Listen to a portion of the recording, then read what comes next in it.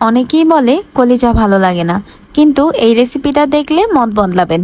আজ রান্না করছি মজাদার গরুর কলিজা ভুনা। একবার ট্রাই করলেই আবার বানাতে মন চাইবে।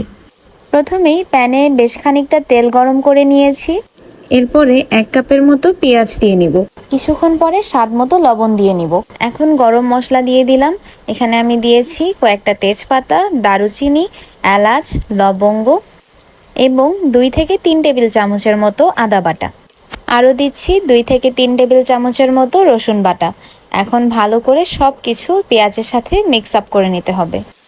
এরপরে 1 চামচ হলুদের গুঁড়ো এবং 1.5 চামচ মরিচের গুঁড়ো দিয়ে খুব ভালো করে সব কিছু মিশিয়ে নিতে হবে।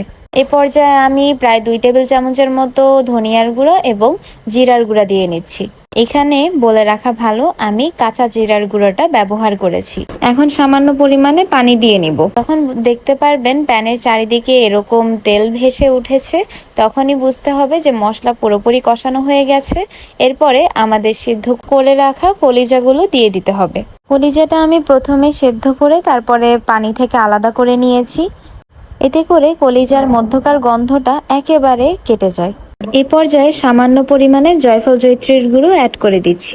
এখন কলিজাগুলোকে খুব ভালো করে মশলার সঙ্গে মিশিয়ে নিতে হবে। তারপরে কিছুক্ষণের জন্য ঢাকনা দিয়ে রাখতে হবে। কিছুক্ষণ পরে ঢাকনা তুলে একটু নাড়াচাড়া দিয়ে নিতে হবে যেন নিচ দিয়ে পুড়ে না লেগে যায়।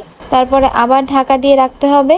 কলিজা প্রায় সেদ্ধ হয়ে গেলে এর মধ্যে আমি আগে থেকে ভেজে রাখা বেরেস্তা দিয়ে দিব। আজকের রান্নায় ঝালের পরিমাণটা আমি একটু কমই রেখেছি। আপনারা যদি চান তাহলে আরও বেশি মরিচের গুঁড়ো দিয়ে রান্নার স্বাদটা আরও বাড়িয়ে নিতে পারেন। এখন 4-5টার মতো কাঁচা মরিচ আর খানিকটা ভাজা জিরার গুঁড়ো দিয়ে রান্নাটা আমি কমপ্লিট করে নিব।